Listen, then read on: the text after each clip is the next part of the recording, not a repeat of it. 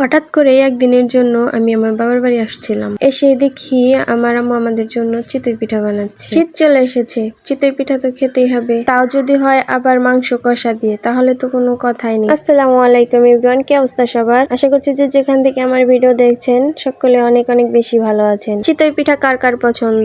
এই শীতের মধ্যে চিতই পিঠা দেওয়া মাংস ঝোল দিয়ে খেতে কে না পছন্দ করে? আমার তো খেতে অনেক ভালো লাগে। সন্ধ্যাবেলা হালকা হালকা শীত আর তার মধ্যে গরম গরম চিতই পিঠা, আহা কি মজা। আম্মু আমাদের জন্য পিঠা বানাচ্ছিল আর আমি গিয়ে একটু ভিডিও করছিলাম, দেখছিলাম কেমন হয় পিঠা। আমি তো এই পিঠা বানাতেই পারি না, আর সব রকমের পিঠাই বানাইতে পারি, শুধু এই চিতই পিঠাটা আমার দ্বারা হয় না। বাবার বাড়ি আসলে আম্মু বানায় দেয়, ওইগুলাই খাই। এই তো আমি বেড়ে নিচ্ছি খাওয়ার জন্য। যারা যারা এখনো চিতই পিঠা বানিয়ে খাননি তারা তারা জলদি জলদি বানিয়ে ফেলুন।